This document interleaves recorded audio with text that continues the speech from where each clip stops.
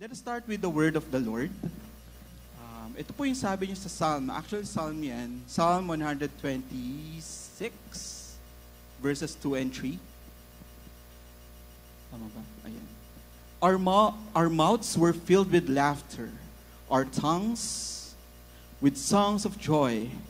Then it was said among the nations, the Lord has done great things for them.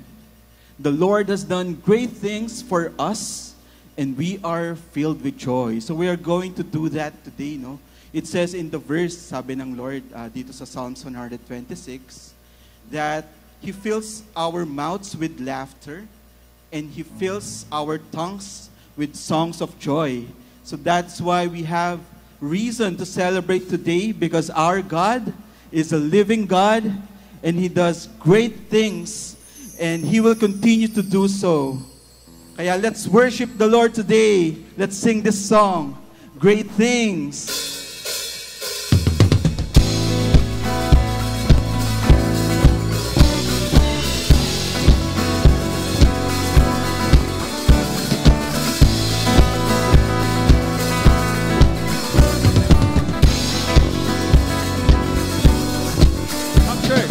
Come, let us worship our King.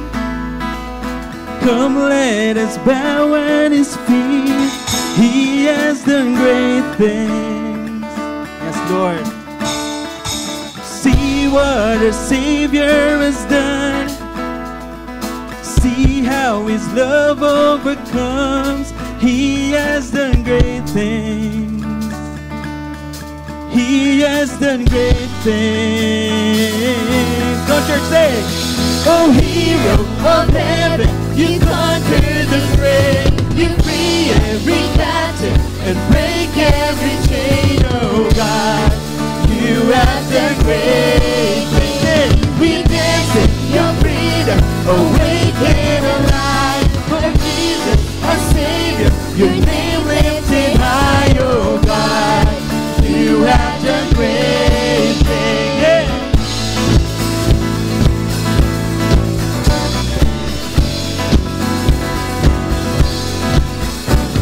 Been faithful through every storm. You'll be faithful forevermore. You have done great things. Yes, Lord Jesus. And I know you will do it again. For your promise is yes and amen. You will do great things. Yes, Lord, you will. God, you do great things. To church. Oh, hero of heaven, you conquered the grave. You free every captive and break every chain. Oh God, you have done great things. We dance in your freedom, awake and alive. Oh Jesus, our Savior, your name lifted high. Oh God, you have done great things. Yeah.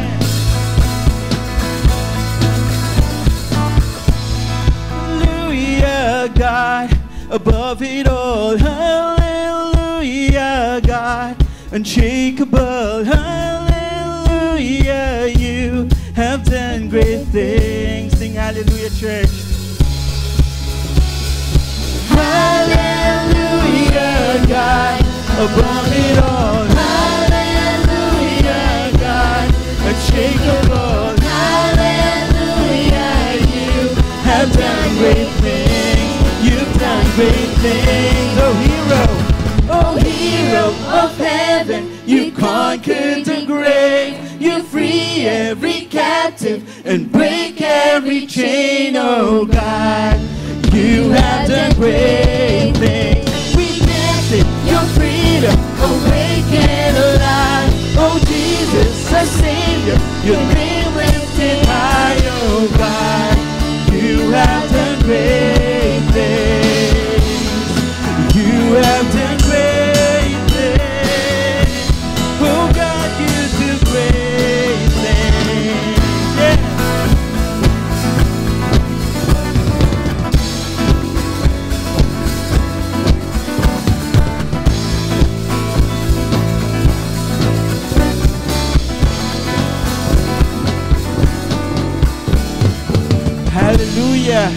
We lift your name, O Lord, our Savior. You have done great things, Lord. And you alone deserve all glory and praise, Panginoon. Yes, you are so good, Lord. And you are so mighty. You're the only one who can save us, Panginoon. That is why we are going to sing this song, Mighty to Save. Yes, Lord, you alone can save us.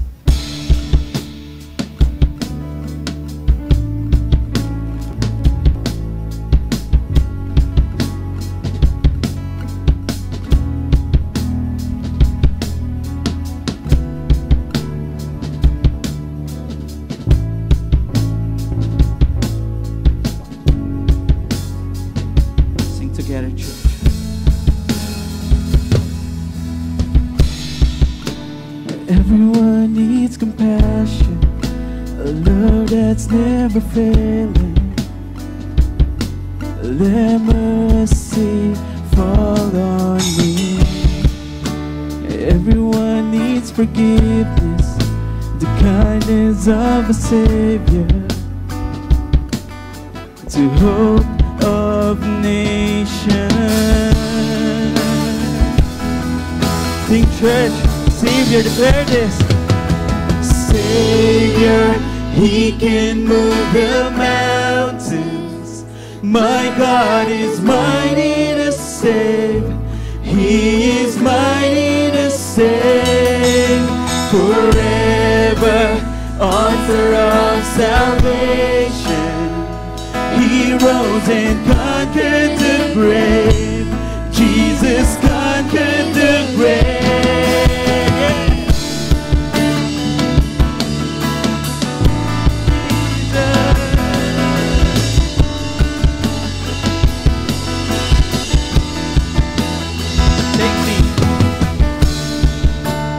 Take me as you find me, all my fears and failures, and fill my life again. I give my life to follow everything I believe in. Now I surrender. I surrender. Savior, He can move the mountains. My God is mighty to save. He is mighty to save. Forever, author of salvation. He rose and conquered the grave. Jesus conquered the grave. Sing again, church. Savior. Savior, He can move the mountains. My God is mighty to save. He is mighty to save. Forever, author of salvation.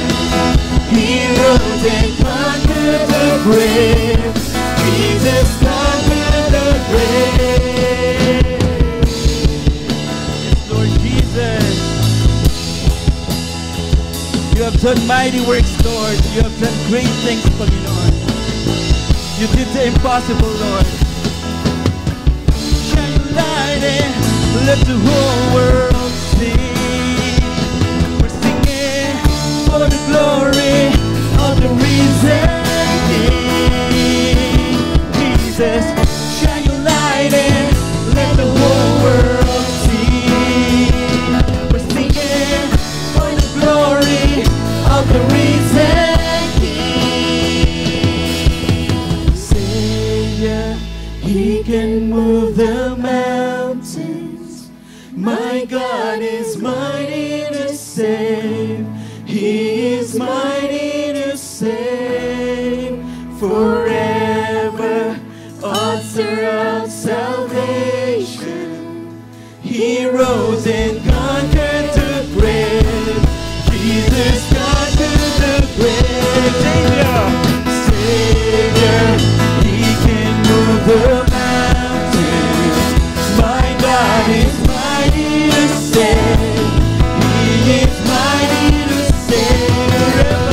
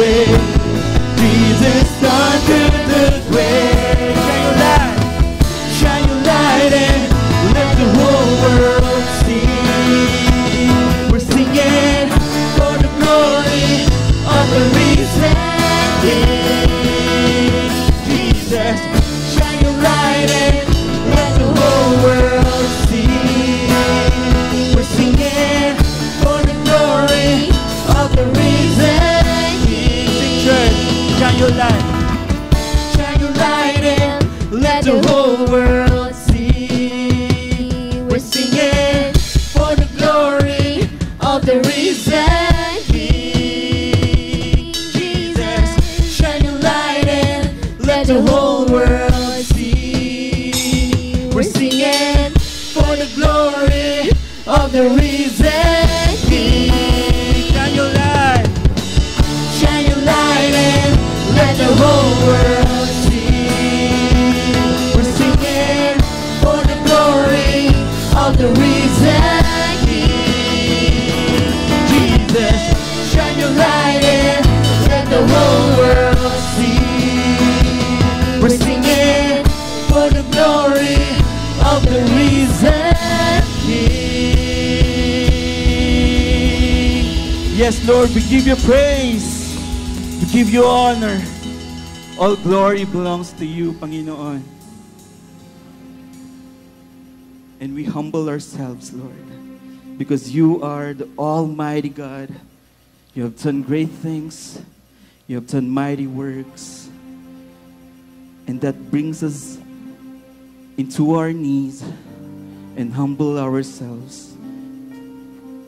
And the thing that only we can do is to worship you, Lord, because you are our God, and that all alone is the reason why we worship you, Panginoon. We bring out our hearts of worship. Oh yes, Lord Jesus, we worship you, Lord. Hallelujah. Hallelujah.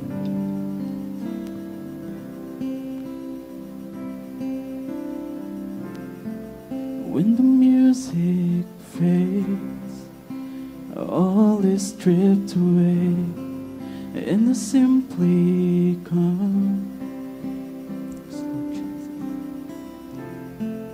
longing just to bring something that's a word that will bless your heart.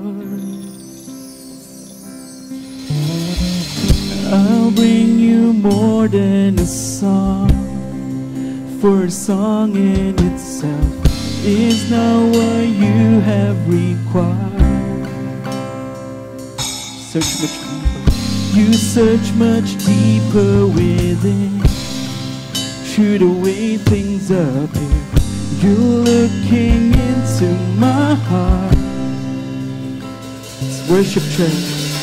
I'm coming back to the heart of worship.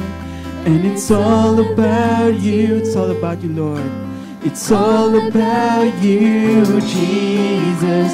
I'm sorry, Lord, for the thing I've made it. When it's all about you, it's all about you, Jesus. Amen. Hallelujah. It's true, Lord. It's all about you. King of endless world, no one could express how much you deserve. You deserve all glory, Lord. So we can put all I have is yours, every single breath. I'll bring you more than a song, for a song in itself is not what you have required. Yes, Lord. Search much deeper. You search much deeper within. Through the way things appear, you're looking into my heart. I'm coming back to the heart of worship, and it's all about you. It's all about you, Jesus. I'm sorry, Lord, for the thing I've made it. When it's all about you, it's all about you, Jesus. Yes, Lord. I'll bring you more than a song. I'll bring you more than a song.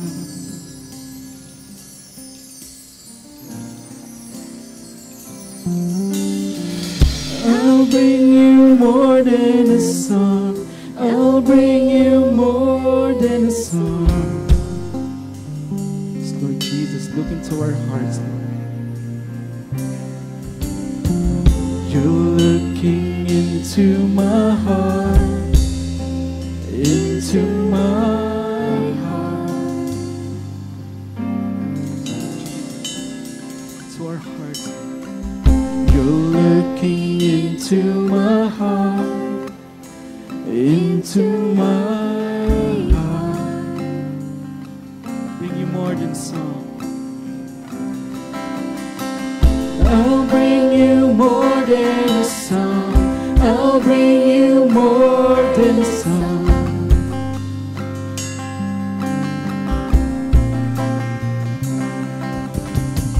I'll bring you more than a song.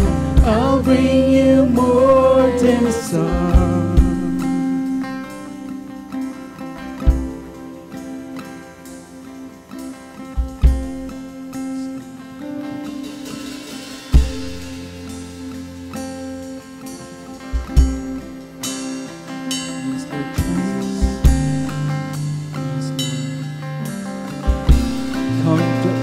Worship. I'm coming back to the heart of worship, and it's all about you. It's all about you, Jesus. I'm sorry, Lord, for the thing I've made it. When it's all about you, it's all about you, Jesus. I'm coming back to the heart of worship, and it's all about you. It's all about you, Jesus. I'm sorry, Lord, for the thing I made it. When it's all about you, it's all about you, Jesus. I'm coming back to the heart of worship, and it's all about you. It's all about you, Jesus. I'm sorry, Lord, for the thing I made it. When it's all about you, it's all about you, Jesus.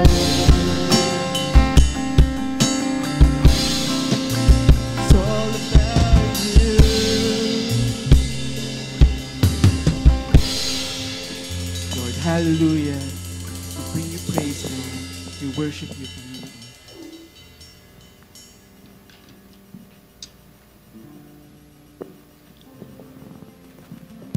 Yes, Lord. Today, Lord God, we come before you to acknowledge that it is only through Jesus that we are saved. It is only through Jesus that we can find peace. Lord God, today as we worship you, Lord God, lead us unto your throne. Allow us, Lord God, to come before you, Panginoon, with all of our hearts, Lord God. We know, Father, na our hearts are not perfect. We have done a lot of things this week, Panginoon, that may not please you. And today, Lord God, is our opportunity to lift unto you our hearts, Lord God, because we know, Panginoon, that you will accept us no matter what we went through this week. Lord God, we are here to go back unto you. We want to worship you with all of our hearts. We want to worship you in spirit and in truth. So lead us today, Holy Spirit, lead us. May we be transformed into your likeness. May we be transformed, Panginoon. May our hearts be a heart of worship that worships you, that seeks to please you every day. So today, Lord God, let this be the start of our journey, a journey of our hearts that always seeks to please you. So lead us, Lord, as we start our worship today through singing and reading of your word and study of your word. May we experience the real worship. The real worship. Humble our hearts today, Panginoon. Help us, Lord, to repent and lift up to you whatever burdens within us, whatever sins that we've been keeping throughout the years. Allow us, Lord God, to lift them up unto you and be open to you, Lord. Because when we lift to you everything that we have today, that is the real worship. Being honest unto you, being open unto you, and be willing to receive your Spirit in our hearts. So salamat, Panginoon. Fill us with your Spirit as we read your word, as we continue to worship you. In Jesus' name we pray. Amen and amen. Good morning po, and let us be seated. So welcome po to our service this morning. And I praise God for your presence po sa oras na ito. And today po, we are going to study our text this morning. If you have your Redeemer's Word, nandyan po yan. Colossians chapter 1, verse 24 to Colossians chapter 2, verse 3. Hallelujah. So I will read it from NIV. Now I rejoice in what I am suffering for you, and I fill up in my flesh what is still lacking in regard to Christ's afflictions, for the sake of his body, which is the church. I have become its servant by the commission God gave me to present to you the word of God in its fullness, the mystery that has been kept hidden for ages and generations, but is now disclosed to the Lord's people. To them God has chosen to make known among the Gentiles the glorious riches of this mystery, which is Christ in you, the hope of glory. He is the one we proclaim, admonishing and teaching everyone with all wisdom, so that we may present everyone fully mature in Christ. To this end, I strenuously contend with all the energy Christ so powerfully works in me. I want you to know how hard I am contending for you and for those at Laodicea, and for all who have not met me personally. My goal is that they may be encouraged in heart and united in love, so that they may have the full riches of complete understanding, in order that they may know the mystery of God, namely Christ, in whom are hidden all the treasures of wisdom and knowledge. Let us pray. Father, we thank you for the reading of your word. I pray, O God, that this will bless us as we study it. May it enrich our hearts, Lord. May we feel your love. May we have a complete understanding of your hidden knowledge and treasures. And may we grow in the name of Jesus, we pray. Amen and amen. Ang title po ng ating study today is Stay or Move. I know you have experienced, or most of you siguro experience, yung moving from one place to another, moving from one location to another. Moving a house, halimbawa, di ba? I have experienced it many times dito po sa Manila. First, diyan kami sa Palana nakatira, lumipat kami dito sa San Isidro, tapos ngayon lumipat naman kami sa Mandaluyong. And moving to another location can be maybe because of a better opportunity, or maybe because you have a better place, no? Mas maganda yung place na lilipatan natin. That's the reason why we transfer from one place to another. Or merong greener pasture, or meron kang bad memory sa place na ito, siguro may multo, or kung whatever na mga memories na hindi maganda, that's why you move on from one place to another. And it's not fun to move out, di ba, sa isang place. You prepare mga boxes, no, mga gamit mo for many years, at kapag ikaw ay nagta-transfer, doon mo madidig yung mga gamit na sobrang tagal na. Doon mo makita yung mga old pictures mo, yung payat ka pa, di ba? Doon mo makita yung mga memories, no? Doon na yung mga pinakauna mong girlfriend, boyfriend siguro, kung ano, mga memories na meron kayo. And according to professional movers, kagaya ng yung mga Transportify, halimbawa, sabi nila, it's a good idea na gamitin yung opportunity na yon to assess everything you own, because it is not good to bring everything with you to your new location. It's an opportunity for you na itapon na yung mga hindi na nagagamit. Di ba? Kasi, halimbawa, tayo may mga tinatawag tayong sentimental value sa mga gamit. No? Yung mga unang baso nyo nung mag-asawa kayo. No? Meron pa ba nagtatago nun? Yung pinakaunang baso nyo na ginamit nyo doon sa pag-inom ng wine, ganon. No? Kinikip pa natin yun, mga memorable. Yung kahit basag na, di ba? Kahit yung damit na, yung sando na parang wala nang nakakabit sa leeg kasi lahat butas na, di ba? Parang kinikip natin. And it's opportunity na itapon na lahat yon, mga ganon. Maybe, you can go digital. Picturean mo na. Mas maganda yung picturean mo na lang siya para hindi mo makalimutan. Tapos palaminate mo na yon doon sa yung may frame mo na yon. Wala na palang naglalaminate ngayon. If-frame mo na lang yon.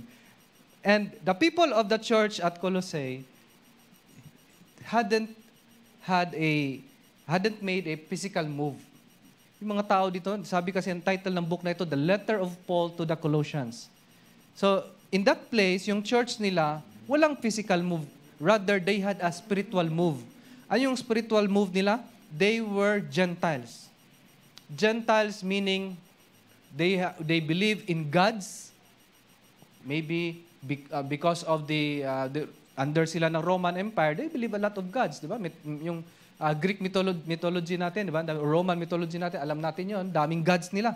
So they move from being a Gentile background, from being polytheistic, meaning they believe in many gods, to being a believer of one God. So yun yung background ng church na ito. And those naman, kasi may mga Jew din kasi, at that time, marami ding Jew, kalat-kalat din sila, meron din dito sa Colossae.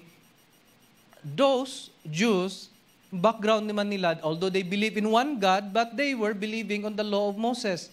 Hindi pa sila move on from there when they believe in the coming of the Messiah, pero dumating na nga ang Panginoong Isus.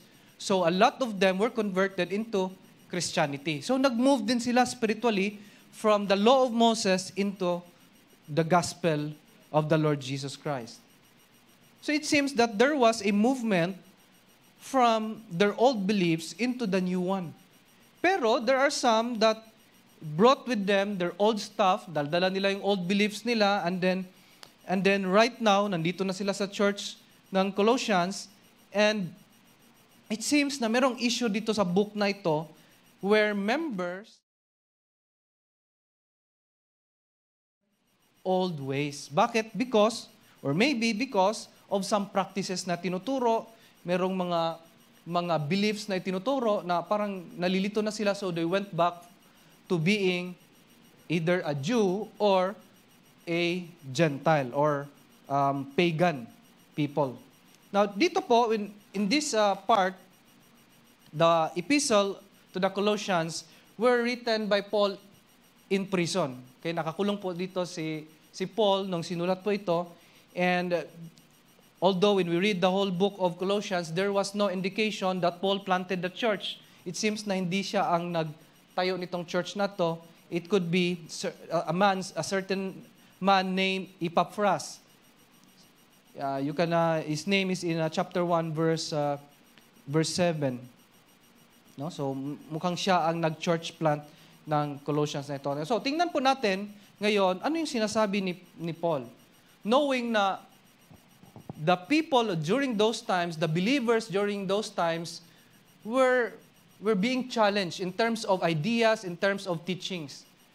And a lot of them are going back to their old ways. So ngayon, dito si Pablo, keep in mind, alam ni Pablo ngayon yung issue nila. And here comes Paul, who have not gone to Colossae, hindi pa siya nakapunta doon, and he is trying to address the issue they have in the church. And I will read from verses 24 nga, yung pag-aaralan natin, to chapter 2, verse 3. Tingnan muna natin yung experience ni Paul in verses 24 to 27. Sabi doon, "Now I rejoice what I am suffering for you, and I fill up in my flesh what is still lacking in regard to Christ's afflictions. for the sake of His body, which is the church. Verse 25, I have become its servant by the commission God gave me to present to you the Word of God in its fullness. Back to verse 24, pansinin pa natin, observe natin, sabi ni Paul, I am suffering for you. So sabi niya, pakinig kayo sa akin because I am suffering for you and I fill up in my flesh. So sabi niya, nagsasuffer ako para sa inyo. At ngayon, I fill up in my flesh what is still lacking in regard to Christ's affliction. Suffering is a recurring theme in Paul's letters. Sinasabi dito, pinapakita sa atin that there is reality of suffering in the time of Paul. The Christians at that time were not, sabihin natin na, nakilala nila Panginoong Hesus, marami pa sa kanilang buhay at that time na merong personal encounter sa Panginoong Hesus. But that doesn't mean that they didn't have sufferings. They all had sufferings and it was real at their time. But what is something na ma-observe po natin dito is that Paul did not complain at all. Unlike to us today, kung meron tayong mga random na aches or headaches, okay, mga pains that we encounter, minsan nagtatanong, nag-question na agad tayo. No? Halimbawa, nagpiprito ka, tapos natalsikan ka ngayon ng oil, di ba? Minsan, ang prayer natin, Lord, bakit ako? Di ba? May mga ganong kaagad na question, mabibigat na tanong kaagad. No? Nagko-question agad. Minsan, it's a form of complaint pa nga minsan no? Even with little inconvenience, sometimes we tend to question na agad si God. Na it seems na parang hindi tayo karapat-dapat na magkaroon ng ganon. But as you observe with Paul, we cannot read here anything that complains, any complaints from Paul. Wala po. Rather, his sufferings to him was a form of parang ginagawa niya ngayon yung meaning, yung calling niya. So it was to him purposeful. Kaya nga sabi niya, anong reaction ni Paul dito or anong emotion meron si Paul dito in spite of suffering? Sabi niya, I was depressed. Sabi ni Paul. Hindi, di ba? Sabi niya, I rejoice. Oh, di ba? Natutuwa siya. Masaya siya. In what I am suffering for you. Masaya pa si Paul. Because his sufferings were purposeful. Anong purpose? They were for you. Sabi niya, for you. Sino yung for you? Christ's body, which is the church. Yan sabi ni Pablo, kayo para ito sa inyo. At kayo ay hindi dahil sa magagaling kayo, mga Colossians, hindi dahil sa kayo ay malaki siguro ang bigay nyo, mga Colossians, o kaya ay mga sosyal kayo. Hindi. But rather sabi niya, it's because you are part of the body, which is the church. It's because you are Christ's body.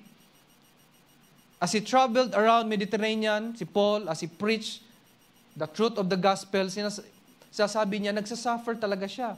Even in Acts chapter 9, verse 16, sabi nga niya, for I will show him how much, ito yung sabi ng Lord sa kanya yung magiging purpose ng buhay niya, for I will show him how much he must suffer for the sake of my name. So, in the mind of Paul, kapag ako ay nagsasuffer, I am doing God's work. For I am doing God's work. Kaya nga, ang reaction niya or ang kanyang emotion na dala-dala dito is, I rejoice. How many times we do the work of God and yet we grumble? How many times we do the work of God, binigyan tayo ng task siguro, mag-pray. Halimbawa, Brad, mag-pray ka ng prayer sa pagkain. Pray for the food. Minsan nag-grumble pa siguro, kaya nagtuturuan. Gutom, busog, busog na yan. Mag-pray na yan. Kumain na yan doon habang nagluluto. Siya na mag-pray. Sometimes nag-grumble pa tayo. Wala pa ngang suffering. But makita natin si Paul dito, for him, when he suffered for the sake of the church, he think of it as part of the purpose of his life. Paul even compared his sufferings with Christ. Pansinin natin still in verse 24, sabi niya doon, and in my flesh, I fill up in my flesh what is still lacking in regards to Christ's suffering. So kinumpare niya ngayon yung suffering ni Christ with his suffering. At ang sabi niya, kulang pa nga yung suffering ko kumpara kay Christ. So I rejoice Dahil kulang pa nga ito, ang target ko talaga, suffering ni Christ. Ganon yung target niya, no? Kaya nga sabi niya, lacking in regard to Christ's affliction. Sabi ni Paul, kulang pa itong sakit nararamdaman ko. Kulang pa itong heartaches ng meron man. Kulang pa itong, nandito ako sa kulungan, kulang pa ito with regards or in regard to Christ's affliction. But in all of that, sabi ni Pablo, in all of that, even the future sufferings na darating pa, I rejoice. No? Grabe yung mindset ni Paul at that time. And even Paul also called himself servant. Verse 25. Verse 25, sabi nun, I became a servant by the commission God gave me to present to you the Word of God in its fullness.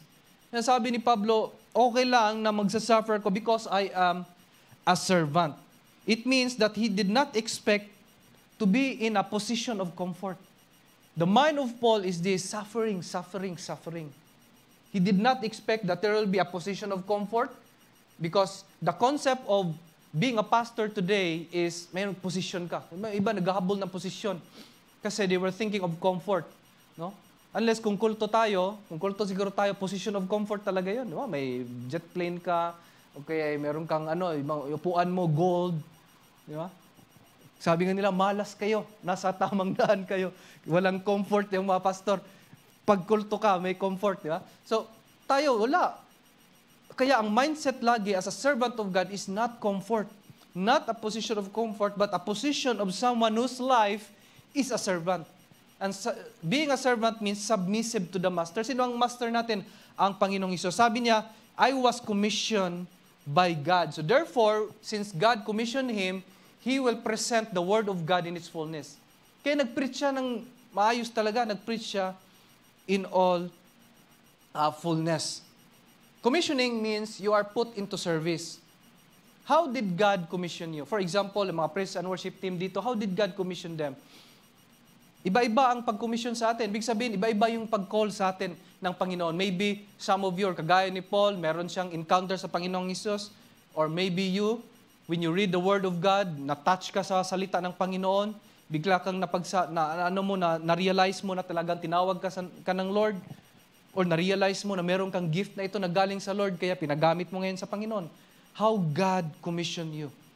But in all of this, kung kinomission or tinawag tayo ng Panginoong Diyos, pwedeng as a pastor or as a ministry head or whatever, kung tinawag kayo ngayon na maging ministry head ng kids at saka sa youth, di ba? Now is the time, no? Kapatid, kailangan yung baka tinawag kayo ni Lord dyan. Open po ang opisina. The position of suffering, no? Hindi siya position of comfort. So, open po yan. Pag tinawag ka ng Lord, praise the Lord.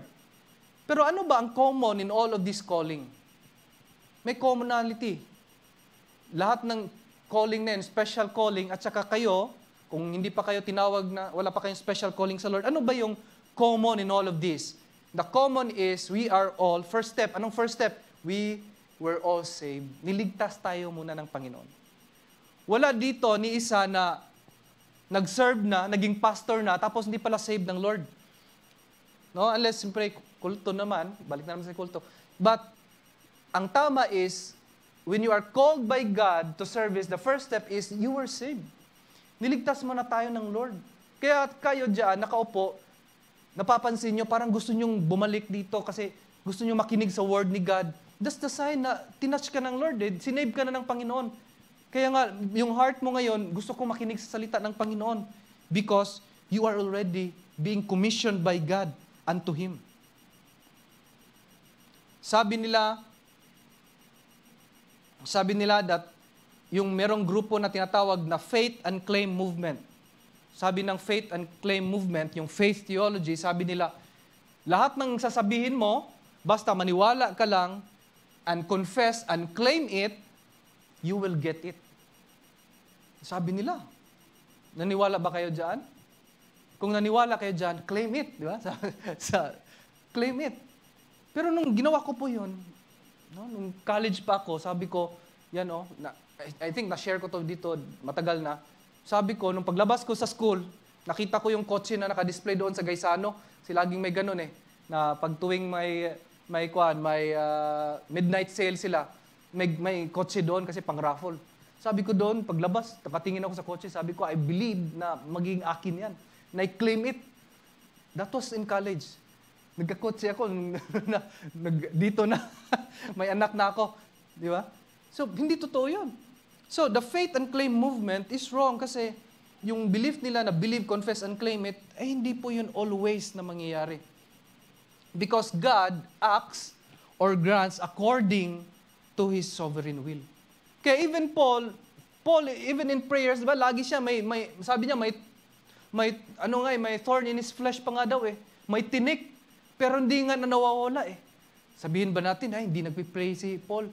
Baka hindi nag-claim, kulang yung pananampalataya ni Paul. Diba? Walang makapagsabi. Grabe yung pananampalataya ni Paul. But even him, he had his share of sufferings. So tingnan pa natin. So sasabi ni Paul, I suffer for your sake, church, and I continue to share the word with all the to make it known, to fully in its fullness. Sabi niya, to share the word of God in its fullness. Verse 26, sabi doon, the mystery that has been kept hidden for ages and generation but is now disclosed to the Lord's people. Ano to? Ito yung galing doon sa verse 25 na ang sabi ni Paul, yung fully known, yung word ni God na preach niya. Kaya sabi niya, the word of God in its fullness. Ano ibig sabihin na fullness? Fullness means he was sharing na ngayon yung mga hidden na information na hindi pa sinabi before. So tinuturo na, nire-reveal na. Diba? Nire-reveal na ni Paul. Na-experience nyo yung someone na lalapit sa'yo, sasabihin sa'yo, Mare, may latest. May latest ako sa'yo. Di ba? Parang ganun di ba? Parang may bagong tinuturo sa'yo. Nire-reveal. Anong reaction mo pag ganun? May marinig kang ganun. Di ba? Parang excited ka. Excited kang makarinig ng bago. Ano, Mare? Anong latest? Di ba? Excited. Pag-usapan ng buhay ng iba. Parang kumukulo yung dugo natin. And during those times, sabi ni Paul, ito yung dala ko, the mystery, verse 26, that has been kept hidden for ages and generations, but is now, sabi doon, disclosed to the Lord's people. I remember when we came from the OB to check our second child's gender, si Marco. And I wasn't able to join kasi parang na-busy ako, hindi ako nakahabol doon sa OB. So si Tess lang doon, nagpa-sonar, chinek yung gender.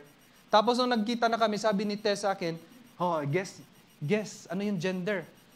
So parang tinitis niya ako na, anong gender? Kasi alam niya yung prayer ko, grabe yung prayer ko na, sana babae, Lord, talagang grabe. Kung pwede lang mag-fasting ng 9 months para maging babae. Sabi ko, girl? Kasi grabe yung faith natin sa Lord, na girl. Sabi niya, boy. Ayan, so the rest was history na. So, di ba, parang may ni-reveal, dinisclose. And it's up to you, depende kung yung message na iyon ay nakakatuwa or hindi. Hindi lahat nakakatuwa.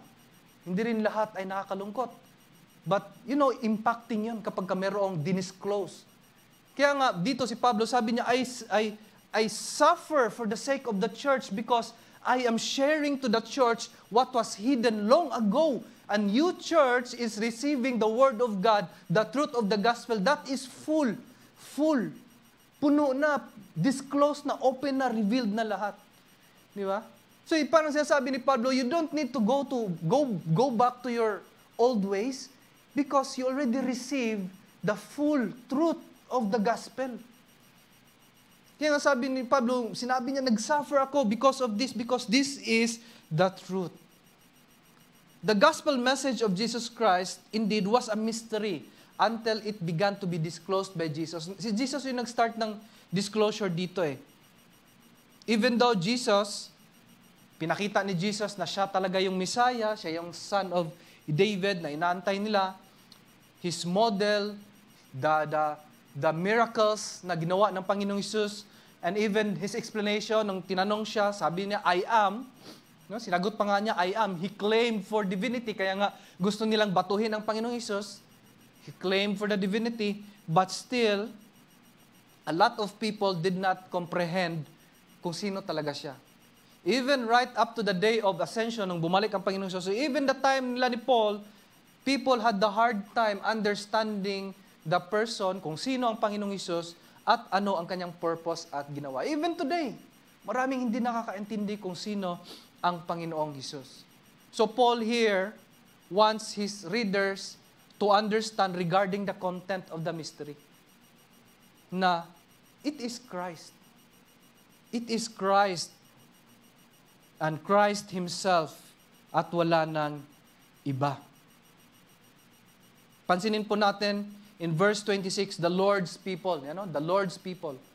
In the original na language in Greek, ang word na ginamit po diyan is hagios. Hagios means saints. To the Lord's people. Ang literal po na translation is saint. Ibig po sabihin that saints are people who are not dead. Nagsisimula ang pagiging santo natin when we are still alive. Thinking, living people, not dead people. Biblical saints are those people who are alive. Doon nagsisimula. At patuloy yan to eternity. Even if you died, you are not demoted from being a saint. Di mo kailangang i-install as a saint because the Lord's people are the saints. Okay? So, Christ, next slide po, Christ is the believer's hope for participation in the glory of heaven. Christ is the believer's hope for participation in the glory of heaven. Ano ibig sabihin? Christ is the believer's hope for participation in the glory of heaven. Yan. Dapat yan po ang experience natin. If later on in your life, hindi kayo nag-church dito, pumunta kayo sa ibang lugar, meron kayong nalaman, may lumapit sa iyo, Mari, gano'n naman, Mari, may latest. Anong latest? Nandito na pala ang Panginoong Hesus. At ang Panginoong Hesus nasa Davao. Puntahan po natin. Diba? Yun yung latest. Huwag po tayong maniwala kung anong mga bago because sabi dito, Christ is the believer's hope for participation in the glory of heaven. Sa simula pa lamang, when we shared to you the truth of the gospel, yun na yung totoo. Wala nang mas bago at mas latest doon. Yun na yun because it was already fully disclosed. Meaning na-share na po sa inyo. Minsan kasi inaantok tayo parang, ito kasi ang napaka-basic naman ito. Patungkol sa Lord Jesus, alam ko na to lahat. Di ba? Sabihin natin, alam ko na to eh. Kaya nga, a lot of us, or marami akong narinig or nakilala, na nga matagal na sa pananampalataya, pero nadala pa rin sa labas. Ang problema, yung mga kulto pa ang napuntahan. Ako naghihinayang ko sa mga tao na gano'n. Na, ang tagal na, tumatanda na, pagkatanda, doon pa nalito. Because they want more than Christ. I would like to remind everyone na in our salvation po, if we want to grow in the Lord Jesus, let us not look for more than Jesus because Jesus, Christ is enough. And He is our hope for participation in the glory of heaven. Siya lamang ang ating kailangan in order to be part in the glory of God. Kaya po, sabi po doon sa verse 27, to them, God has chosen to make known among the Gentiles, to them, meaning the Lord's people, the saints, to us today. God has chosen to make known among the Gentiles the glorious riches of this mystery. Christ is in you, the hope of glory. Riches pala ito. The mystery na ni-reveal sa atin, disclosed to us all that it is Christ. This is indeed a glorious hope because hindi po natin kailangan ng ibang mga bagay in order to go to heaven. We only need Christ. So if you are the person today that do not have material possessions, or if you are, marami kang kulang sa buhay, still celebrate that you know the Lord Jesus. Because it is only the Lord Jesus ang kailangan mo in order to participate in the kingdom of God. Wala yung idea na as a Christian dapat meron akong maraming possessions. Dapat wala yung idea na yun eh. Iba kasi, may narinig ko sabi, hindi, as a Christian, dapat wala tayong mga karamdaman, dapat walang sakit. Kulang ka sa prayer kung nagkakasakit ka. Dapat hindi tayo maniwala doon because it is not material possessions or physical health in order to have the feel of celebration, but rather enough na nandiyan ang Panginoong Hesus para masabi natin that we have this hope, the hope of glory. Kaya sabi doon, which is Christ in you. Wala yung idea na masunog yung agimat natin or imahe, kung meron kang tinatago sa bahay, tapos yun yung ililigtas mo. Baliktad yun. Dapat yun nga yung magliligtas sa atin eh. Di ba? I have seen that many times. Pag nasunog, yung may sunog doon, dito sa nakita ko sa kalsada, ang dami, may mga nililigtas sila. No, ng mga imahe, yun ang nililigtas. Hindi, dapat nga tayo ang niligtas nila eh. Nakuha po natin ang punto. What we need is that in order to be part of the kingdom of God, we need Christ and Christ alone. He is our passport. He is our sure pass. He is our ID. Kung no ID, no entry sa heaven. Ang Panginoong Hesus lamang. Kaya sabi ni Paul, ito yung goal ni Paul in verses 28 hanggang chapter 2, verse 3. We want na gusto niyang i-present to them, present ang mga believers to God fully mature. Sabi niya doon, verse 28, He is the one, or we proclaim Him, admonishing, teaching everyone with all wisdom so that, sabi doon, we may present everyone fully, mature in Christ. Verse 29, to this end, I strenuously contend with all the energy Christ so powerfully works in me. Pansin niyo po, balik po sa verse 28. In the previous na statements ni Paul, sabi ni Paul, I suffer, I rejoice in my suffering. Sabi niya, pero pagdating dito sa verse 28, naging we, naging plural. Ibig sabihin, lahat po, all preachers, ganito dapat ang iniisip. That when we proclaim, we admonish, we teach, with all wisdom, so that ang target natin is to present everyone fully mature in Christ. That is our objective. Bakit kami share sa salita ng Lord? Bakit in-explain talaga namin? Bakit hindi namin ito in-explain ng 5 minutes lang or 1 minute lang? Kasi we want to present all of you fully mature in Christ. Makinig kayo rin hindi ko na alam yon. Basta in my side, as a preacher, I want to present you fully mature in Christ Jesus. Bakit? Because the content ng mga sinasabi namin, every message that a preacher or teacher or a Bible teacher has a only goal of presenting everyone fully mature in Christ Jesus. Ano ba ang proclamation? Proclamation is delivery or the conveyance of the gospel message. Ano ba ang admonition? It is warning. Di ba? O-warn ka. Minsan na-hurt tayo. Hindi ka naka-forgive to someone. Ang sabi ng salita ng Lord, narinig mo yung preaching, mag-forgive ka. Okay? Meron ding teaching. Hindi natin alam na magbigay pala dapat. Ang sabi doon sa magbigay. Teaching yon. So that we become fully mature in Christ. As we listen to the messenger, ano ba ang purpose? Again, remind po natin ang sarili natin that we must become fully mature in Christ. Basahin po natin. We become fully mature in Christ. Yun ba yung goal natin individually? To become fully mature in Christ? Maybe we are not reminded, maybe we forget about it na it's about being mature in Christ while we are still here on earth. Kailangang mas makilala pa natin, mag-mature tayo in Christ. That's why we remind you to read your Bible at homes. Because it is not enough here na makinig lang kayo sa amin. Kailangan nyo rin magsaliksik, mag-read, mag-study ng Word ni God.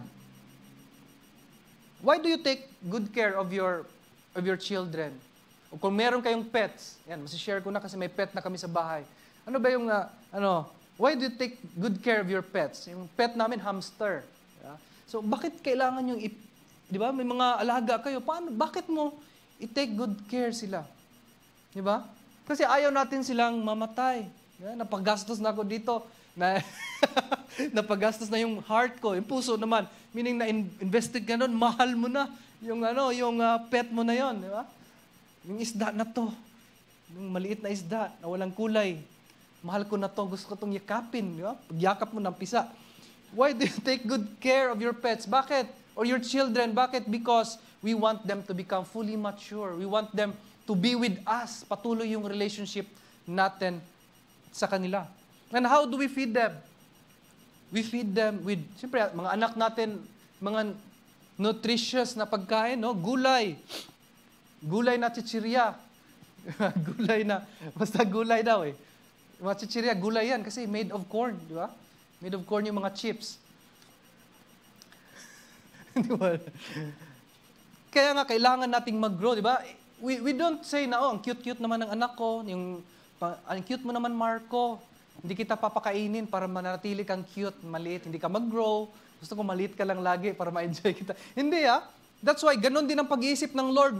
The Lord God wants us to become fully mature. Kaya normal sa atin, we want our children to become fully mature. Gusto natin yung mga pet natin, mag-grow din naman. Maging masaya sila. Today po, adulting is now a program or a course in other countries. In fact, in US, pag titingnan mo yung adulting, merong adulting 101. Pinag-aaralan na pala yung adulting. Ano yung adulting, di ba? Yung paano magplansa, di ba? Paano magluto, paano magsaing, yung mga ganun simpleng bagay. Pero pinag-aaralan na pala ngayon sa ibang bansa because hindi nila alam kung paano. How can they grow mature kung hindi nila alam yung basics na yon? In the Philippines, it has starting na ngayon sa Philippines. That's why marami po sa atin mga babae hindi na marunong magluto. Yung mga lalaki hindi na rin marunong mag-ayos-ayos ng bahay. Diba? Parang dati nawala na yung mga skills, no? Yung mga essential na skills dati. The reason is that parents neglect to teach our children the essentials of life. The difficult part. Difficult yun eh. Tuturuan ka magplansa. Yung plansa namin dati, na uling pa, so mag-antay ka pa, paanoin mo pa yung uling bago mo magamit. Tapos, di ba? May mga steps ganon. Pero part sa adulting.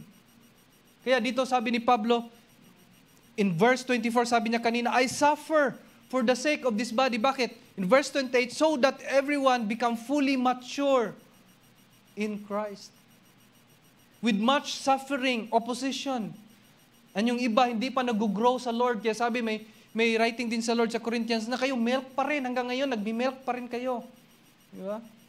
Sabi pa rin kayo, parang si Marco, milk ka lang. Ganon yung sasabi niya, milk, daddy milk.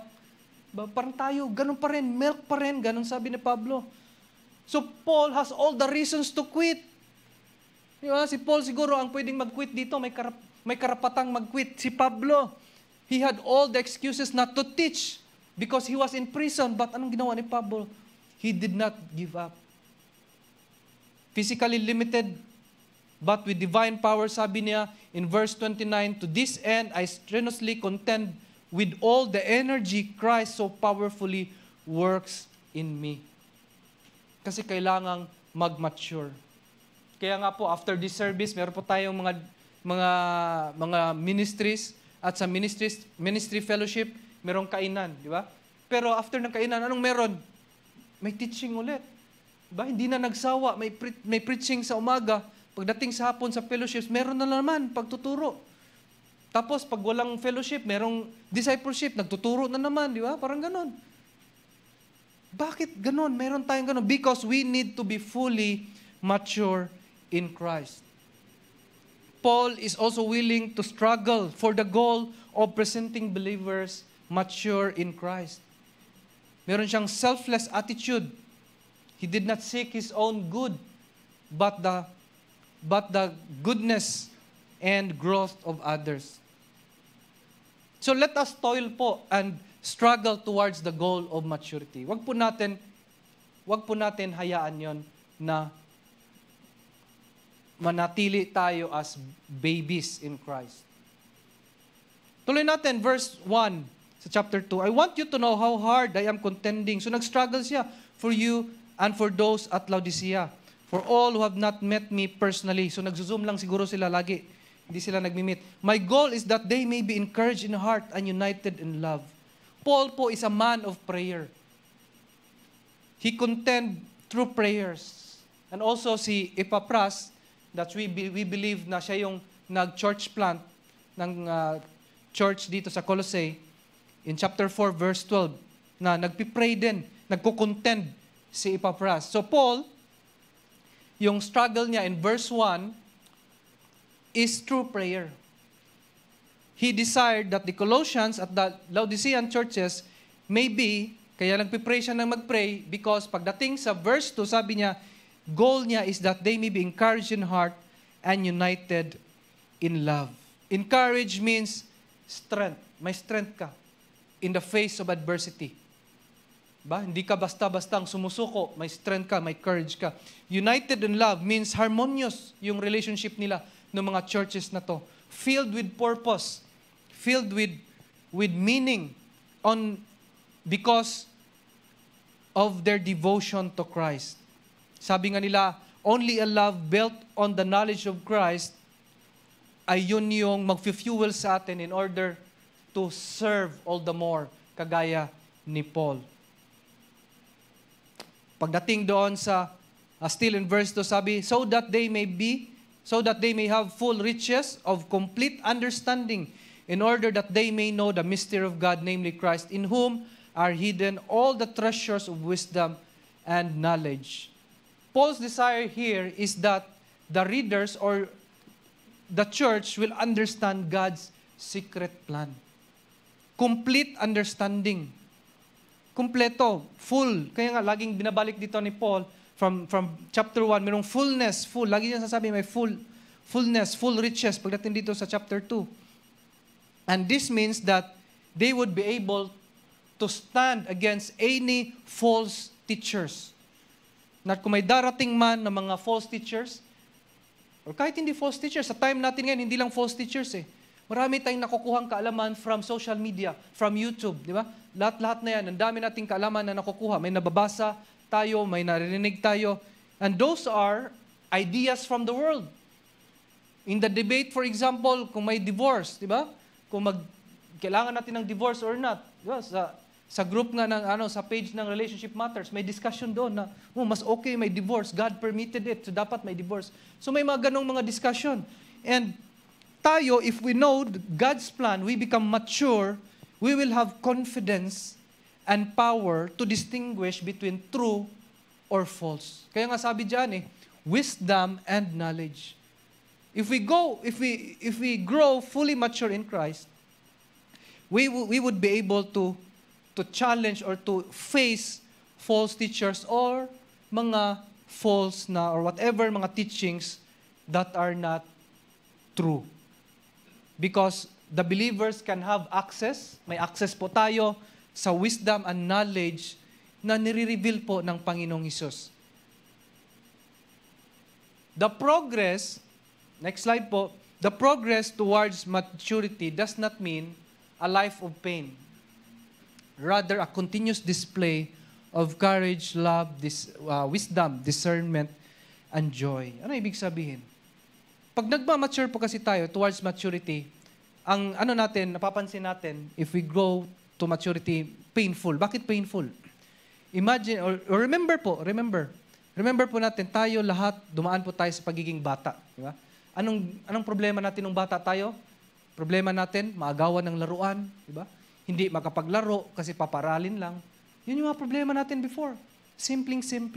And then as you grow old, dito na dumadating yung sign of aging and maturity.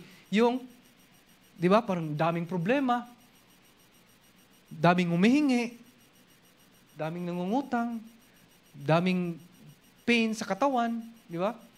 May mga nangi-scam sa'yo, painful, di ba? Part of maturity yan. But in the Bible, that it does not mean a life of pain, but rather, with all of those pains, it should be a continuous display of what? Of courage. Kasi nakakonquer mo yan eh. Lahat ng mga difficulties that you went through, nakakonquer mo yan, nananalo ka, you become victorious. So, there will be courage. You will display love because while doing those things, you display love. You choose love. Pinipili mo yung love na ipakita. You display wisdom. Tinuturo mo sa iba, nagme-mentor ka sa iba. Tapos alam mo na ngayon to distinguish, ito, scam to, ito, hindi. Because you're growing. Discernment yon. Tapos in the face, kagaya ni Pablo, ito yung grabe yung maturity ni Pablo. Now with all the sufferings he experienced, meron siyang joy. Na nagkakaroon na ng disconnection ngayon, yung experience niya at saka yung emotion. Maturity yun. Pagka hindi na naglilink, wala nang link. Ano kung ibig sabihin doon? Yung sinuntok ka, pero tumatawa ka, masaya ka. No? Kagaya nung na-share ko pala, no, nung tournament ko nung last Saturday, no? Hindi pala masaya, di ba? So, pag suntok ganyan, dami mo nararamdaman. Hindi ka makakatawa talaga, talagang lang, di ba? So, parang disconnect 'yon na if you reach this level kagaya ni Paul, na you have a lot of sufferings, pero nakakangiti ka. That is the very sign of maturity. Hindi dahil sa pero, di ba? Nandun si Lord sa heart mo eh. Di ba? Nandun si Lord. Iba yung nakikita mo. Iba yung nakikita mo. Yung hand ni God that is upon you. Sabi nga ni Paul, with the energy, with the strength from Christ that powerfully works in me. So going back to our title, stay or move out. Kasi ang point here ni Paul is that magstay ba kayo or mag-move out kayo from faith? Paul was clear here that there is no benefit of moving out from the true gospel. Kung lilipat kayo, babalik kayo doon sa old ways niyo, there is no benefit. There is no true knowledge. There is no fullness. There is no maturity. There is no hidden treasures, but only in Christ alone. If you believe the gospel that was not taught by Epaphras, kung sino man yung nag-church plant ng Church of Colossae, if you move out from that teachings, then there is no benefit. Kaya sabi ni Paul dito, ang point ni Paul here is that stay and carry out on a long-term basis to finish what they started. Maybe you are like some of the Colossians here who are confused, no? Because may mga bagong ideas na dumadating, may mga latest na sabi ni Mare, new ideas coming in or new prospects in life. Maganda ito Parang maganda yung prospect na ito Parang maganda doon maganda yung bansang iyon. Mas malamig. No? Yung church dito kasi mainit Doon ako sa kabila, mas malamig doon. Ano ba yung mga bagong dumadating natin? May mga dumadating talaga Minsan, because of inconveniences, may dumadating na info sa atin, doon ako, mas maganda. And we are being challenged whether to stay or move. What mindset should you bear? I would like to take out here some principles. 2 principles lang yung nakita ko dito when we decide to stay or to move out. Number 1 po, based dito sa tinuro ni Paul is that, basahin po natin, choose something that does not compromise your faith. Choose something that does not compromise your faith. Kasi dalawa lagi Tatanggapin ko itong trabaho na ito or ito. Magstay ako sa work. Is that something that compromise your faith? Christian faith is costly po and valuable. Kaya nga si Paul willing to suffer dahil mahal yan Mataas yan. Mataas ang value. If you have an expensive gadget, anong ginagawa natin? Dahil mahal yung gadget na yun. We took care of it. Bibili tayo ng case, di ba? Bibili tayo ng case. Minsan may free yung case, pero bibili pa tayo ng case na sobrang, yung armored na case talaga, di ba? Sobrang na hindi mababasag pag nahulog. Screen protector pa. 3-4 na beses, patong-patong, layers, para talagang hindi masira. Hindi natin pinapainitan, nilalagay sa ref pag mainit na. Diba? Ginagawa natin. Tapos nililinis natin. Because we know it's very expensive. How much our faith, di ba? Our faith, how we take care of our faith. Minsan, Okay na, hindi ako mag-church. Okay lang. Diyan lang naman yan. Pagka ano na lang, pagka medyo okay yung katawan ko, pasok ako, mag-church ako, ganyan. Di ba? Tinitake for granted natin. Bakit? Because we think of it na hindi valuable. But when we go back to the Bible, a lot of people died because of our faith. A lot of Christians during the time of the Bible, they all died. And even this Bible did not come to us today without sweat and blood. A lot of people died para kopyahin ito, isulat ito before. Wala pang electricity, sinulat nila. Mga manunulat, mga Xerox copier na manual na sinulat yung Bible para lang dumating sa atin sa panahon natin ngayon. Kaya nga, minsan nasabi natin, daming mali sa Bible. Nagkamali yan dahil kinopya ng tao yan. For many years, tao ang nagkopya. Kaya mali ang spelling, iba parang ibig sabihin. Kaya nagkakamali. Nawala na yung original. Ito na lang natira. This Bible, the Word of God, have been covered by the blood of Christ. That's number one. And second, blood of the martyrs. Kaya Christian faith is costly and more valuable than anything else. So, let us choose something in terms of decision making, something that does not compromise your faith. May bagong work, pero ang sahod nito 500,000 per week. Pero wala namang Sunday, Saturday na parang walang day off. Okay lang, gawin ko yan. Bakit pinili natin yan? Because we don't think that service in the Lord Jesus is important. Mababa ang tingin natin. Ukay-ukay ang tingin natin. Kaya if you have your decision, make sure that you do not compromise your faith. Sabi ni Paul, I suffer, I greatly contend. Verse 24, verse 29, sabi niya, I struggle. Chapter 2, verse 1.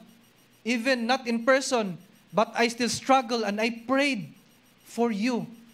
He also mentioned that in 2 Corinthians chapter 1, chapter 6, chapter 11, sufferings because of the gospel. Ephesians 3, Philippians 3, 2 Timothy chapter 1, chapter 3. Ginawa ni Pablo lahat ng iyan because he saw the value of the gospel. Marapit na yun, June 12. Ano celebrate natin? Freedom, Independence Day. Our national heroes died because they saw the value of freedom. Nagpakamatay sila. Pinagtatawanan natin ang bandila. Diba? Pero ang daming dugo na binigay dyan. All the more, the apostles, they were martyred because they know the full value of the gospel. The world continues to put pressure on us. Sinasabi ng mundo, wala na yun. Religion, wala na yan. Sinasabi ng mundo. But we are saved by the Lord Jesus. And as a Christian, we are, natawag natin, Christian relay race. Ano bang Christian relay race? Pasa-pasa ng baton. There were saints before us, yung mga saints who were before us, who has passed the baton to us. And now, today po, we are passing it to you. And you will pass that to the next generation. And how do you intend to keep that baton while it's in your hands? Laglag lang? Hayaan lang? Kalawangin na yung baton na yan, okay na yan? Bahala na yan. Di ko papasa yan. Do not compromise. Sabi ni Paul in 2 Timothy chapter 1, verse 13 to 14, what you heard from me, keep as the pattern of sound teaching, with faith and love in Christ Jesus. Guard the good deposit that was entrusted to you. Guard it with the help of the Holy Spirit who lives in us. Some of us would want to go abroad. Okay, some of us would want to move to another company or school. Will it compromise your faith? Some of you, maybe pangarap nyo ay mag-join sa showbiz. No? Matagal mo ng pangarap. Gusto mo maging part sa showbiz. Kasi naghiwalay na yung Katniel. So gusto mong parisan yung palitan kung sino yun. Or you want to go to politics, no? Para makahabol sa election next year. The question is, will it compromise your faith? Some people who are in politics did not compromise their faith, but nagsasuffer sila. Bakit? Kasi may mga kailangan silang piliin na piliing decision that might not appeal to some of the people. Like for example, yung LGBT or SOGI na bill. Yung iba sabihin nila, I'm in favor of the SOGI bill, the LGBT. So next year, huwag niyo akong kalimutan. Yun ang habol nila. But to those who do not compromise their faith, these politicians, sabi na, no, I'm against. Meaning they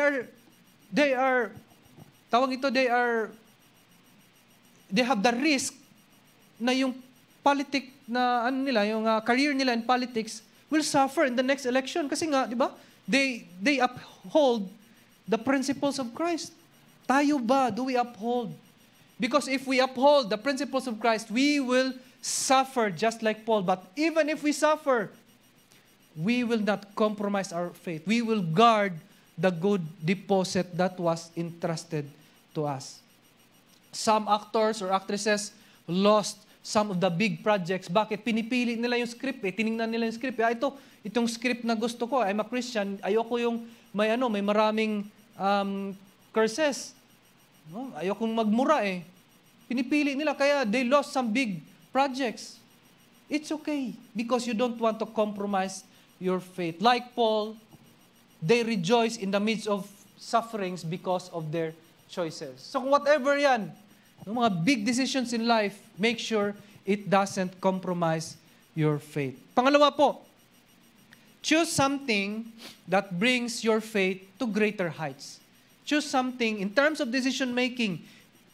Choose that something that brings your faith greater. Hindi yung may stagnant ka tuloy because of that magandang opportunity pero na-stagnant. May bagong business ditong inopen pero tuloy hindi ka na maka-read ng Bible dahil sa nakapagod na, sobrang busy, wala ka ng time sa Lord. Nag-stagnant yung faith mo. Because, kagaya sabi ni Paul, yung goal is to grow in wisdom and knowledge in the Lord. Second na lang yung growth in salary, growth in terms of your fame. I've known a lot of Christians who are vloggers today. Pero kung titingnan mo yung vlog nila, parang maghubad na lang. Pero Christian to. For the sake of gaining a lot of followers. Choose something that will bring your faith to greater heights. Because in Christ, the hidden, in whom are hidden all the treasures of wisdom and knowledge ay sa Panginoon lamang. You cannot present yourself fully mature to God by presenting your degrees, doctorate na natapos natin, or even our money, mga kapirahan natin, papakita natin sa Lord para sabihin natin na fully mature ka. Lord, fully mature ako sa harap mo. Yan, tingnan mo yung offerings ko. Nakabayad ang GRCF sa rental dahil sa offering ko, Lord. Ano lang yan, Lord? Offering pa lang yan. Wala pa yung tithes, Lord. Mas kurang mag-tithes ako, Lord. Di ba? Sabihin natin ganyan. Hindi yung sabihin ni Lord na sabihin ni Lord, okay, fully mature ka na, anak. Hindi, Even if we present our relationships, our possessions, or relationships natin, sabihin na, Lord, tingnan mo ko, Lord, dami kong relationships, Lord.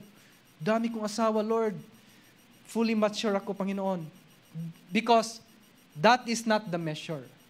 In the eyes of God, the measure of maturity is Christ. In order to become mature is what? Is to become basic. Ano yung basic? Christ. Para maging mature tayo, balik tayo sa basic, which is si Christ. Ang intention dito ni Pablo nga po is to make Christ known and towards presenting everyone to maturity. The Greek word for mature is teleios. Okay?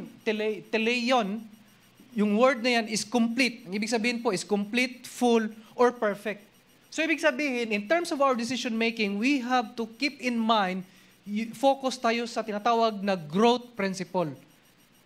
Growth, ibig sabihin, gusto mo laging may growth. Hindi yung pera-pera lang. Kasi ako minsan, ganun na yung ko sa opisina Joke-joke namin sa opisina na, anong kuhan mo dyan sa work mo? Okay lang ako dito, huwag nyo na po akong i-promote kasi okay na ako, pera-pera lang. Parang ganun Pero, yun nga kasi, I'm coming from, I am first, a servant of God. Pangalawa yung, sideline ko lang po yung trabaho ko sa opisina. My first job talaga is a servant of God. Kaya pera-pera lang doon, kasi sideline lang. Di ba? So, as a Christian, our focus should be growth of our faith. Kaya nga, meaning sa teleon is full or perfect kasi yun yung target We're not expecting to be perfect today as a Christian, but that's our target. Pag yan ang target natin, susunod yung gagawin natin every day. I remember, I was maintaining a scholarship in high school and college. Ang objective ko when I was schooling, ma-maintain ang scholarship. Okay, maintain ang scholarship until makatapos ako sa pag-aaral. So, papasok ako ng relationship, no? Mag-girlfriend ako, pero nandun sa isip ko, yung maintain ng relationship, maintain ng scholarship, hindi relationship. Okay, so, kaya, ang ginagawa ko po, pansin niyo po yung mindset is growth. Yung mindset is ma-maintain ito. So, anong ginagawa ko? I intentionally skip pleasures. Mga classmate ko, lahat na sila, pupunta sila doon. Sa bahay ng isang classmate namin, nag-skip ako. Minsan, si-self-pity ako kasi pag uwi sa bahay, sila masaya na ngayon. Kakainan sila ngayon ng pancit canton, hotdog. Ako, hindi. Dito lang ako sa bahay, nakabukas ng libro. Pero pagdating naman sa end ng klase, ako yung mataas ang score. Diba? Pero, wala akong pleasures. I intentionally skip pleasures because in my mind, I want to maintain not my relationship, but my scholarship. Okay? So, ibig sabihin, if we have in our mind this, we don't want to compromise your faith, yun doon sa mind mo, at you want your faith to grow, then every decision in your life, pipiliin mo yung path that will lead to these principles. Tama? So if you want to transfer to another school, ano ba nasa isip mo? Mag-grow ba ako dito? Mas makilala ko ba ang Lord through this new school? Lilipat ako sa, kasi magaling na akong kumanta Magaling na akong tumugtog. Gusto kong mag-grow. O sige, baka tinawag ka ng Lord dito sa magpastor ka. Dilipat ka. Diba? You can move to another ministry. Okay, i-challenge kita doon sa kids ministry kasi bakante May pastor pa naman, so doon na lang muna sa kids ministry. Bakante. Diba? O sa youth ministry pala, bakante yung youth ministry. Baka tinawag kayo ng Lord. Nakailang plug na ako today, no? The difference between work and ministry is that sa work po natin, ang unang ginagawa is we must be qualified muna bago tayo matanggap. Tama? But in ministry, tinawag muna tayo bago tayo i-qualify, bago tayo i-equip ng Lord. So, baka tinawag kayo dyan ng Lord. No? Baka tinawag kayo dyan because you don't want to compromise your faith and you want to experience growth in your faith in the Lord. Remember po, next slide, it is never easy or pleasant to suffer. Tama? But it is necessary to bring out God's treasure out in the open. You cannot bring out God's treasure in the open. Meaning, yung time natin, yung hidden treasures ng Lord in terms of wisdom, na magamit ka pala doon. Hindi yun mailalabas kung hindi tayo dadaan ng sufferings. Meaning, inconvenience. Diba? Comfort zone na natin dito. Okay na ako dito Maganda na yung position ko dito. Pero you need to go out. Hindi yun comfort zone kasi kailangan mo nang lumabas. But you will see God's treasure being open when you move according to the plans of God.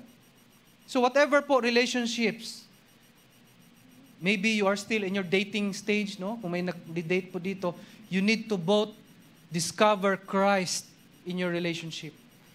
Marriage relationship, kung meron tayong mga marriage relationships natin, it must bring us to more repentance.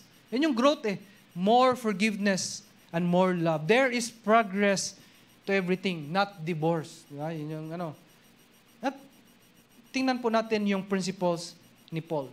Dalawang bagay. Choose that something that does not compromise your faith.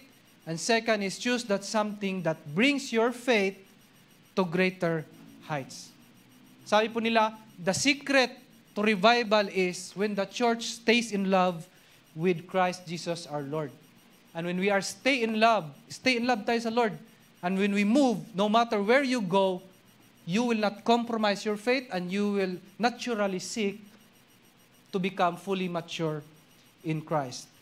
As a conclusion po sa atin preaching this morning, nabasa po natin that God used Paul to take care of the early church in order to prevent them from going out from the true gospel. You are the part of it, the body of Christ, where Paul also suffered.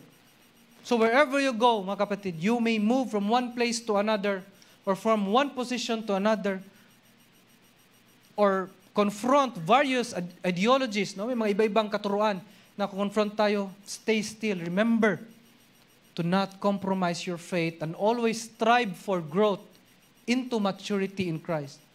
Because what matters to God, whether in this life on earth or later, is that you stand in His presence mature in Christ Jesus. And before I close this, I would like to invite someone to share his testimony, and maybe later we will pray for him as he move. Meron siyang movement, malaking movement sa kanyang buhay. So I would like to call Brother Leonard to share his testimony. It is a privilege po for me to be a witness for the glory of our God, our Lord Jesus Christ. I don't know if you know me or hindi, pero I am Leonard, a long-time member of this church, a member of the youth ministry, and sometimes an usher.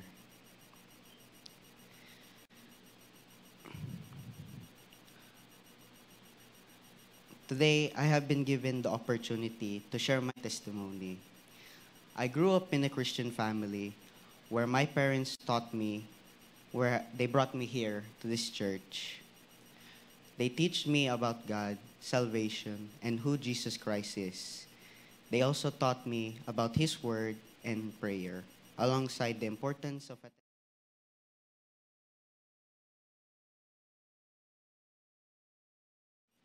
which it says in Hebrews 10, verse 25, not giving up meeting together, as some are in habit of doing, but encouraging one another, and all the more as you see the days approaching.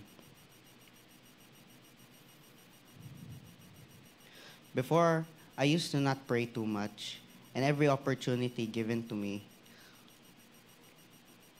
I sometimes forgot to thank and praise Him for it. The small wins I got were always opportunities given to me by God. And I took my hand and grabbed them. And this reminded me of a verse, John 15, verse 4.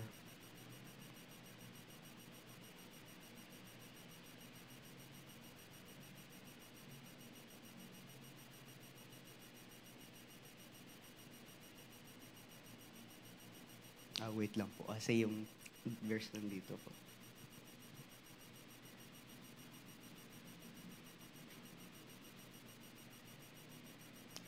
Remain in me as I also remain in you. Now a branch can bear fruit by itself. It must remain in the vine. Neither can you bear fruit unless you remain in me. I am the vine, you are the branches. If you remain in me and I in you, you will bear much fruit. Apart from me, you can do nothing. And this verse made me realize that all those small wins and big wins were thanks to God and not my personal strength. And I have been given the opportunity to go back to the U.S. And just like any other Christian, we face challenges in our faith During the time I was applying, it was not easy. Waiting for the call from my recruiter, waiting for days, weeks, and counting the months. Every Wednesday, I always hoped and prayed that today was the day. But one day that call came, God had answered my prayers. I'm happy that throughout the process of me applying to go back, He has sustained me with the patience, wisdom, and strength. And even if I didn't get my first pick for my job, I'm happy that He has given me the opportunity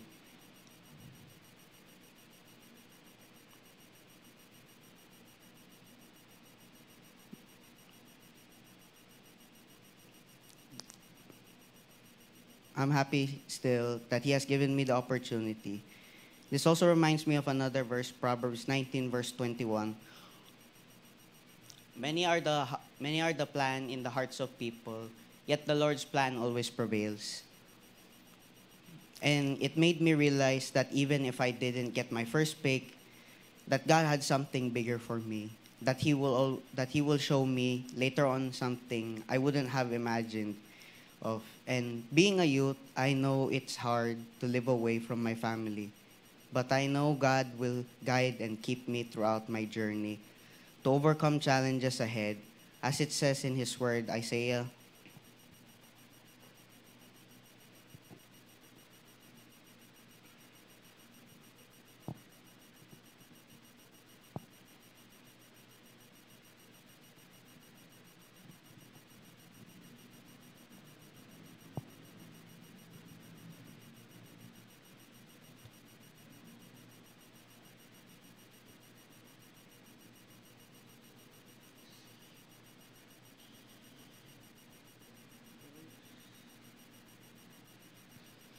but those who hope in the Lord will renew their strength. They will soar on wings like eagles. They will run and not grow weary. They will walk and be faint.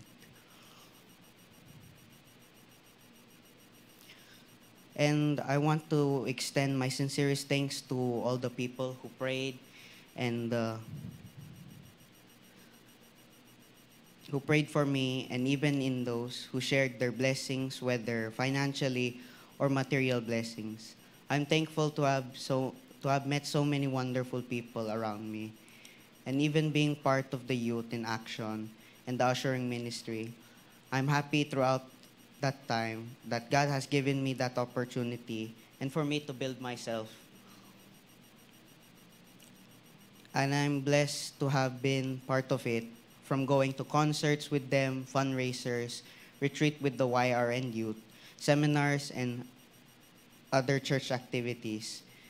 Thank you to everyone for listening to my testimony, and I hope it was able to glorify God.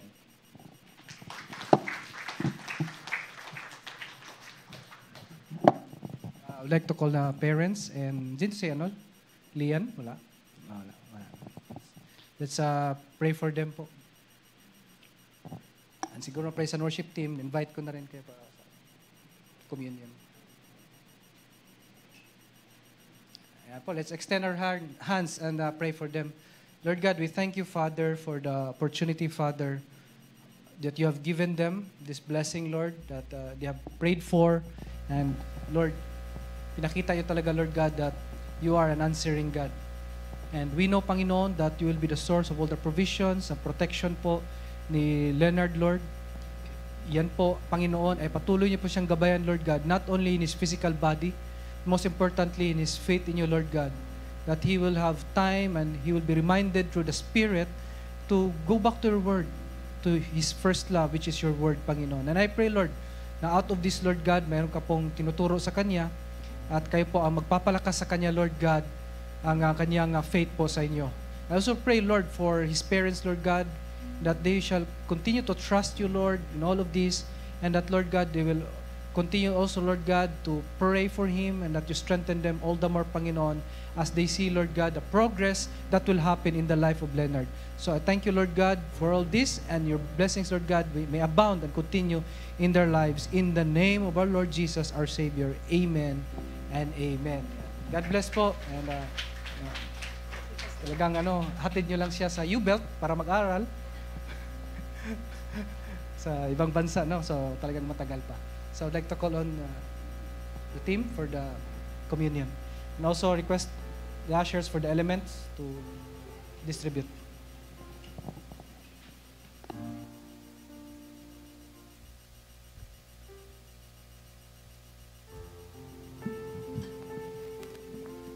So as we sing this song of communion, let's ask the Holy Spirit to help us remember what the Lord Jesus has done for us on the cross 2,000 years ago to save us.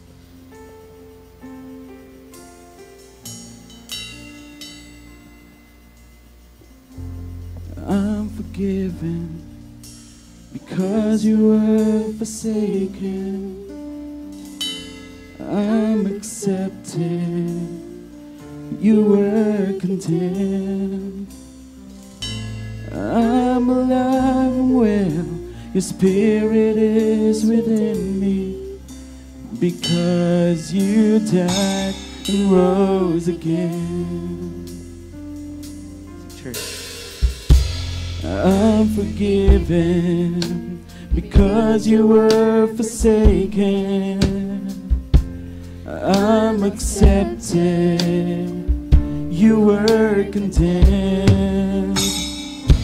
I'm alive and well. Your spirit is within me. Because you died and rose again. Amazing love, how can it be that you, my King, would die for me? Amazing love, I know it's true. It's my joy to honor you in all I do. Help me honor you. Again, church, I'm forgiven. I'm forgiven because you were forsaken. I'm accepted. You were condemned. I'm alive and well. Your spirit is within me. Because you died and rose again. Amazing love. Amazing love. How can it be that you, my King, would die for me? Amazing love, I know it's true. It's my joy to honor you in all I do. Help me honor you.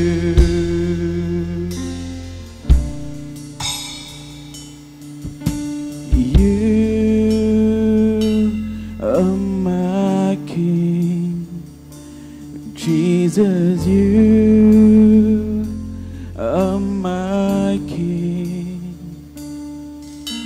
You are my King, Jesus. You are my King. You are my King, Jesus. You are my King. Amazing love, how can it be that you, my King, would die for me? Amazing love, I know it's true. It's my joy to honor you. Amazing love. Amazing love, how can it be that you, my King, would die for me? Amazing love, I know it's true. It's my joy to honor you in all I do. Help me honor you. Amen.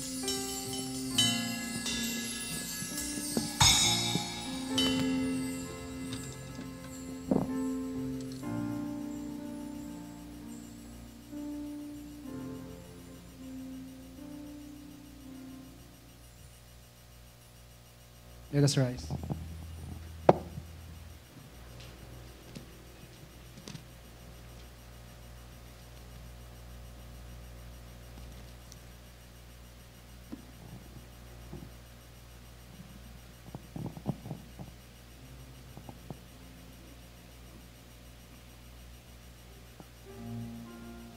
For I received from the Lord what I also delivered to you. The Lord Jesus, on the night when he was betrayed, took bread. And when he had given thanks, he broke it and said, "This is my body, which is for you. Do this in remembrance of me.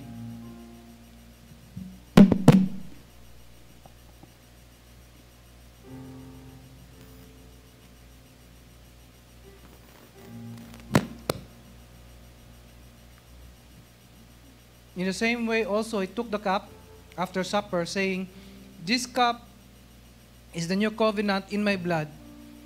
Do this as often as you drink it in remembrance of me." Let's partake of the cup.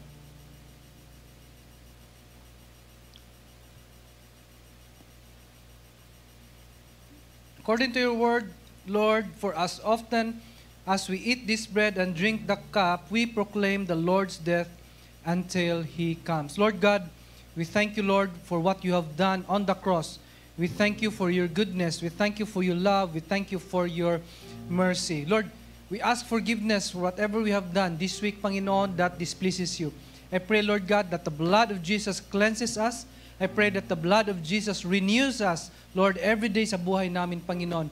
And today, Lord God, give us the courage, give us the boldness, Panginoon, to share the gospel, to proclaim your goodness, and also, Lord God, to be bold enough, Lord God, to share what you have done on the cross. So today, Lord God, we proclaim your death, we proclaim your resurrection, and we proclaim your second coming. So we thank you, Father, for this time, O Lord, that we have remembered what you have done, Lord, on the cross. May we always live our lives declaring your goodness to our lives, Lord. Salamat, Panginoon. Pinupuri ka namin in the name of Jesus. Amen and amen. Makakaupo po tayo for a few announcements.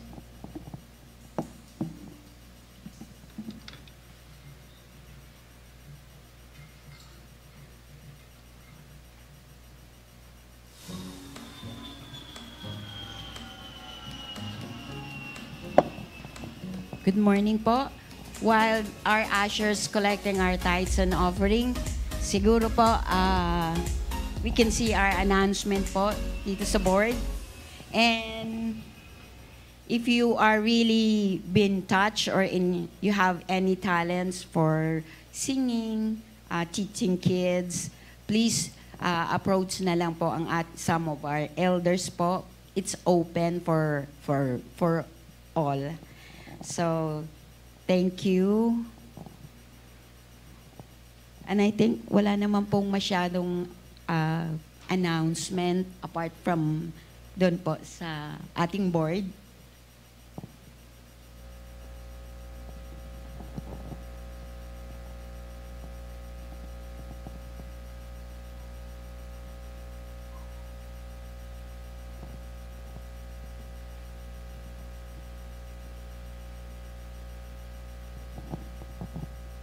Is there any first-timer po?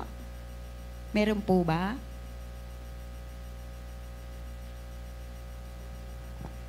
Oh, sorry po.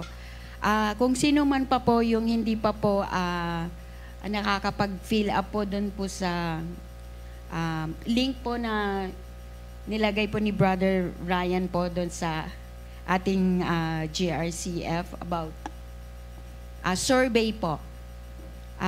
If you have not done yet, you go po doon sa link. Thank you po. I think po, shall we all stand up and pray for our tithes and offering po? Lord, we thank you for this day. We thank you for your word today. Truly indeed, O Lord, that your word is so powerful, and thank you for that wonderful and encouraging word that you give us today, Panginoon.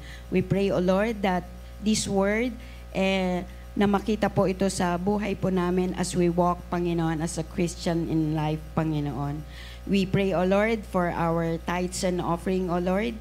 We pray that you would use this according to your will, and that they would use this according and to glorify your name and for the expansion of your kingdom here on earth, O Lord. We thank you for this day.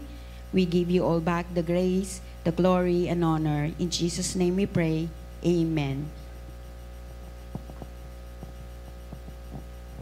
Yung link pala nung survey, dito rin pala sa Redeemer's Word, nandyan yung QR code. Scan nyo lang po yung sa survey. And then, one more pala announcement.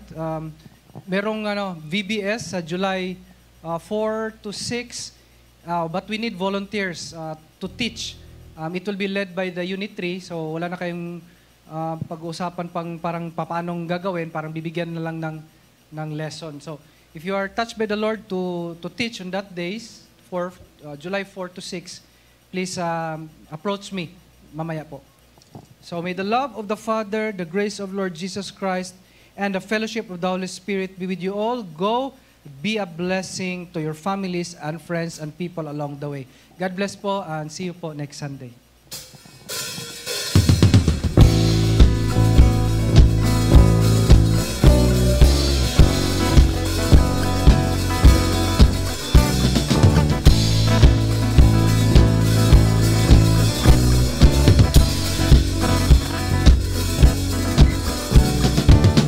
Let us worship our King. Come, let us bow at His feet. He has done great things. See what a Savior has done. See how His love overcomes. He has done great things. He has done great things. Oh, hero of heaven, you conquer the grave. You free every captive and break every chain. Oh God, you have done great things. We dance in your freedom, awaken our life. Oh Jesus, our Savior, your name lifted high. Oh God, you have done great things.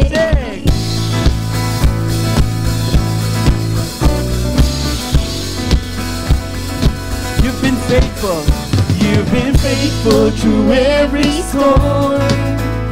You'll be faithful forevermore. You have done great things, yes Lord. And I know you will do it again. For your promise is yes and amen. You will do great things. God, you do great things. Oh, hero of heaven, you conquer the grave. You free every captive and break every chain. Oh God, you have done great things. We dance in your freedom, awaken our life. Oh Jesus, our Savior, your name lifted high. Oh God, you have done great things.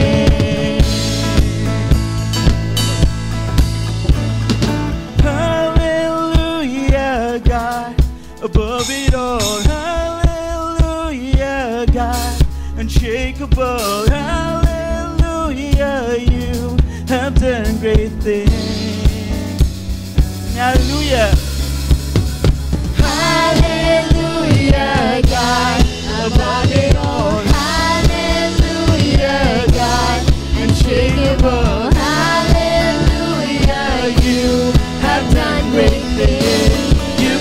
Great things.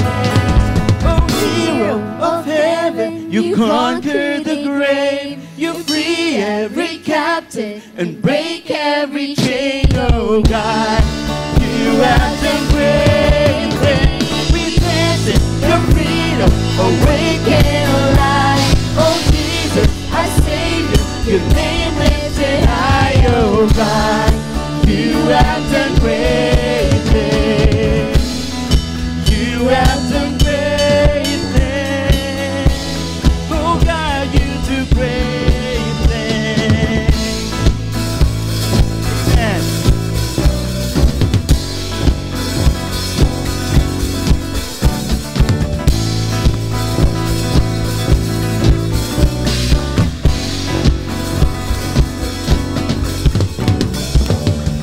God bless everyone. See you all again next Sunday.